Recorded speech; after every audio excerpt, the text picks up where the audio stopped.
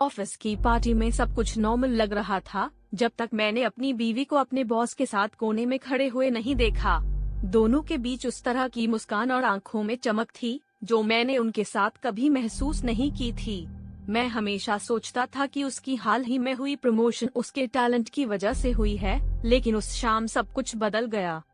Dance floor पर वो मेरे बॉस के बेहद करीब थी। उनके बीच की फुसफुसाहटें और छूने की कोशिशें मेरी आंखों के सामने हो रही थीं।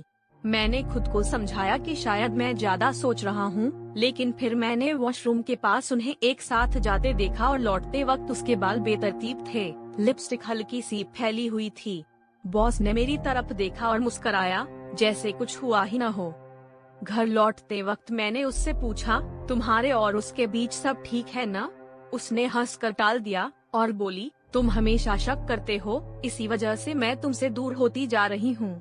उसकी आवाज में ठंडापन था और उस रात पहली बार मुझे एहसास हुआ कि शायद मैं ही उसकी जिंदगी में बाहरी बन गया हूँ। कई दिनों तक मैंने खुद को यकीन दिलाने की कोशिश की कि ये सब मेरा वहम है, लेकिन ऑफिस में हर कोई उसकी तरक्की के बारे में कानाफूसी कर रहा था। आखिरकार एक दिन मेरे बॉस ने मुझे अपने कैबिन में बुलाया और सीधा कहा, अपने रिश्ते और करियर में से किसी एक को चुनना होगा। उस पल मुझे समझ आया कि मेरी लड़ाई अब सिर्फ अपनी बीवी से नहीं, बल्कि अपनी पहचान और आत्मसम्मान से भी है।